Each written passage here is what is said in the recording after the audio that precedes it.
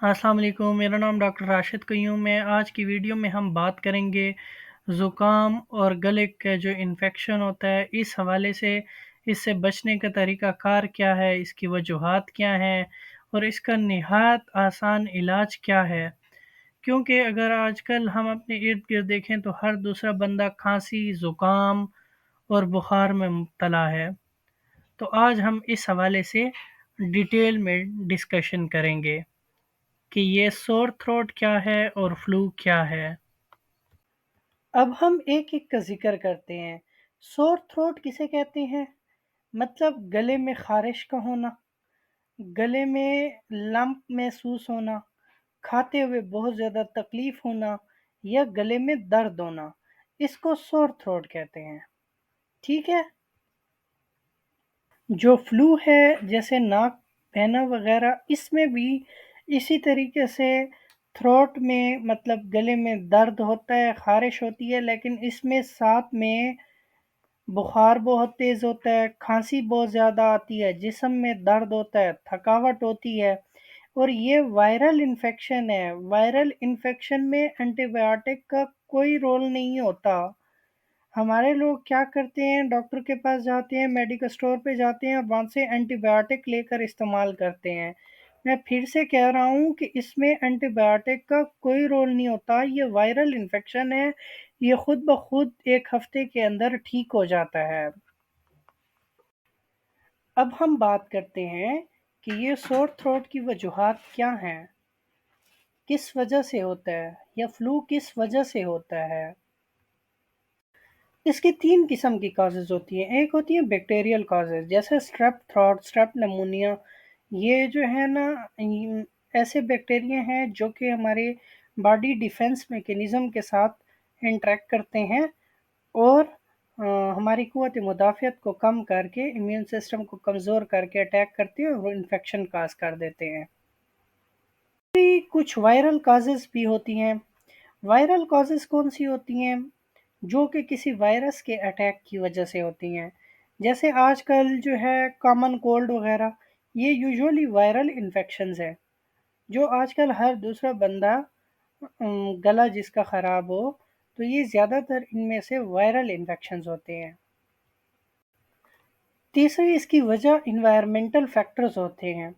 जैसे आजकल हवा में नमी बिल्कुल नहीं है, बहुत ड्राई एयर है, तो हम उस हवा को जब इन्हेल करते हैं, जब हम साँस लेते हैं, तो हवा में मुख्तलिफ़ किस्म के जो पार्टिकल्स होते हैं वो अंदर जाते हैं और हमें सोर थ्रोट और फ्लू हो जाता है।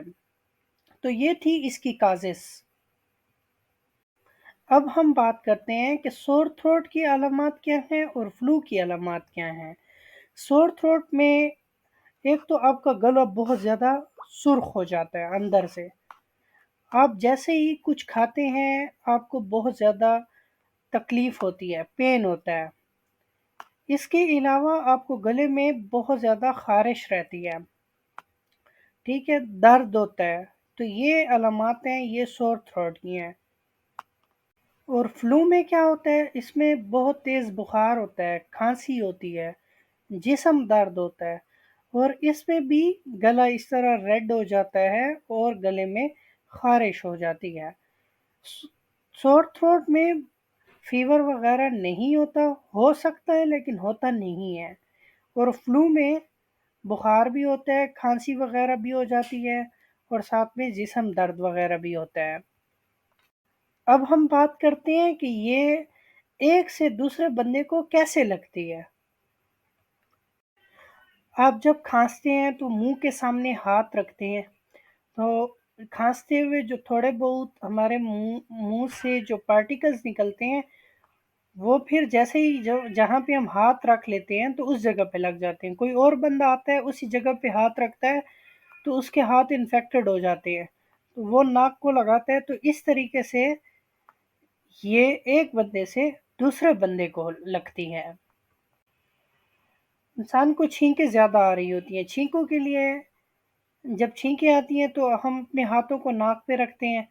तो वही बात है कि वो जो हमारी थोड़ी बहुत सेक्रीशंस होती हैं मुँह से जो निकलती हैं या नाक से, वो हाथों पे लग जाती हैं और फिर जब बंदा वो दरवाजे को हाथ लगाए या किसी चीज़ को, जब दूसरा बंदा आता है वो उसी चीज़ को हाथ लगाता है, ठीक है, तो उसके हाथ इन्फेक्टेड हो जाते हैं।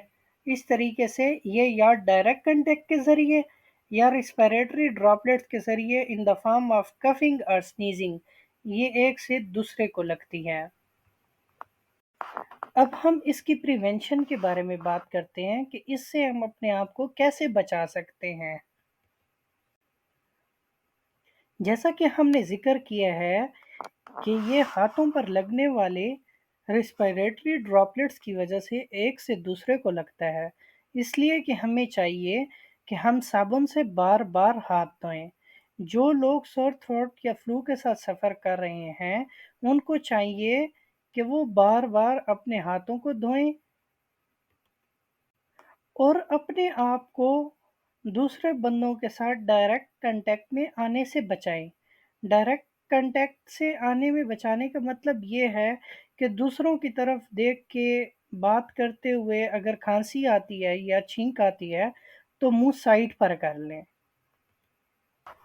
और अपने इर्द गिर्द इन्वायरमेंट को साफ रखें। जितना ज़्यादा आपका इन्वायरमेंट साफ होगा उतनी साफ हवा आप इनहेल करते हो और मुख्तलिफ बीमारियों से बच सकते हैं जिसमें सोर थ्रोट और फ्लू भी है। मास्क का इस्तेमाल ज़्यादा से ज़्यादा करें, ठीक है। उससे क्या होगा कि जो बंदा सफ़र नहीं कर रहा, जिसको सोर थ्रोट नहीं है, तो वो अपने आप को बचा पाएगा और जिसको सोर थ्रोट है वो पहनता है तो वो अपने से दूसरे और लोग जो उसकी वजह से सफ़र होने हैं वो बच जाएंगे। अगर आपको फ्लू है तो फ्लू के लिए वैक्सीन लगवाएं। वैक्सीन जैसे इन्फ्लुएंज़ा वैक्सीन वगैरह होती है, इन्फ्लूवैक के नाम से आती है, वो आपको डॉक्टर आपको रिकमेंड करेगा तो आप वो वैक्सीन लगवाएं। अब हम बात करते हैं कि ये सोर थ्रोट और फ्लू इनकी ट्रीटमेंट क्या है, इनकी ट्रीटमेंट कैसे की जाती है। सबसे पहले पहले सोर थ्रोट में आप जितना ज़्यादा रेस्ट कर सकते हैं वो आपके लिए अच्छा है। अपने आप को हाइड्रेट करें, मतलब फ्लूइड्स लें। थ्रोट लोजेंजीज जैसे स्ट्रेप्सिल्स वगैरह वो यूज़ कर सकते हैं ताकि जो इचिंग हो रही है वो ख़त्म हो जाए। इसके अलावा आप अगर बॉडी में पेन है तो पेन किलर्स वगैरह ले सकते हैं और माउथ वाश का इस्तेमाल करें, जैसे एनजीक्लोर हो गया, लिस्ट्रीन हो गया या डिस्प्रिन। इनके गरारे करें, गर्गल्स करें। जितना ज़्यादा आप करेंगे उतना बेहतर है और इसमें एंटीबायोटिक का कोई रोल नहीं होता, तो इसलिए एंटीबायोटिक के लिए जो है किसी भी डॉक्टर को कहने की ज़रूरत भी नहीं है। अब हम फ्लू की ट्रीटमेंट का ज़िक्र करते हैं। इसमें भी सेम, जितना रेस्ट कर सकते हैं, खुद को हाइड्रेट करें, लोजेंजीज इस्तेमाल करें, स्ट्रेप्सिल्स वगैरह, पेन किलर ले सकते हैं, लेकिन इसमें डॉक्टर एंटीवायरल मेडिकेशन भी आपको दे सकते हैं। तो इसका इलाज सिर्फ इन तरीक़ों से मुमकिन है। एंटीबायोटिक्स का इसमें कोई रोल नहीं है। मैं फिर से दोहरा रहा हूँ, एंटीबायोटिक्स का इसमें कोई रोल नहीं है। हमारे पाकिस्तान में हर दूसरा बंदा फ़ौरन से एंटीबायोटिक ले लेता है, जिसकी वजह से एंटीबायोटिक रेजिस्टेंस बहुत ज़्यादा हो गई है। इसलिए एंटीबायोटिक्स को अवॉइड करना चाहिए। अगर रेस्ट कर लिया है, हाइड्रेट किया है खुद को, लेकिन पेन किलर्स भी ले लिए हैं, लेकिन फिर भी आपको बहुत तेज़ बुखार हो रहा है या सांस लेने में तकलीफ़ हो रही है या आपकी जो अलामात हैं उनमें कोई फ़र्क नहीं आ रहा, तो फिर आपको अपने डॉक्टर से रजू करना चाहिए ताकि वो आपका एग्ज़ामिन करके आपको उस मुताबिक एंटीबायोटिक या जो भी ट्रीटमेंट है वो प्रेस्क्राइब करे। उम्मीद है आपको वीडियो पसंद आई होगी। किसी और टॉपिक के हवाले से अगर आपको मालूमात चाहिए तो आप नीचे कमेंट में मेंशन कर दीजिएगा। Thank you so much. Allah हाफिज़।